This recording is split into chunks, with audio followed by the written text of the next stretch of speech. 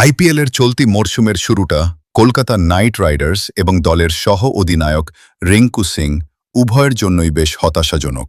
গত 2 মরশুম ধরেই কেকেআরের জার্সিতে রিঙ্কুর ব্যাটে সেই পরিচিত ছন্দ দেখা যাচ্ছে না, যা নিয়ে এখন ক্রিকেট মহলে গুঞ্জন শুরু হয়েছে।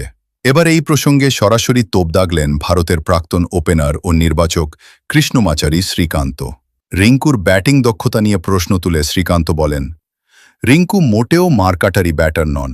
ওই যে 1 ম্যাচে 5 ছক্কা মেরেছিলেন, সেটা এখন অতীত। আমরা আজও কেবল সেই স্মৃতি আঁকড়ে পড়ে আছি।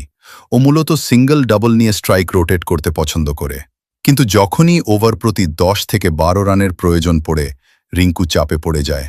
সেই রান তোলার ক্ষমতা ওর নেই। শ্রীকান্তের মতে রিঙ্কু 5 নম্বর পজিশনের জন্য মোটেও উপযুক্ত নন। তিনি মনে করেন রিঙ্কুকে আরও নিচে অর্থাৎ 7 নম্বরে নামানো উচিত। তার বক্তব্য অনুযায়ী ইনিংস গড়ার দায়িত্ব রিঙ্কুর ওপর না চাপিয়ে তাকে কেবল ফিনিশার হিসেবে ব্যবহার করা উচিত, যেমনটা তিনি জাতীয় দলের হয়ে করে থাকেন। 5 ওভারে 50 রান বাকি থাকলে রিঙ্কু কার্যকরী হতে পারেন, কিন্তু মিডল অর্ডারে ইনিংস টেনে নিয়ে যাওয়া তার পক্ষে কঠিন। 2023 সালের সেই বিধ্বংসী ফর্মের পর রিঙ্কুর ব্যাটে বড় রানের ধারাবাহিকতা কার্যত নেই।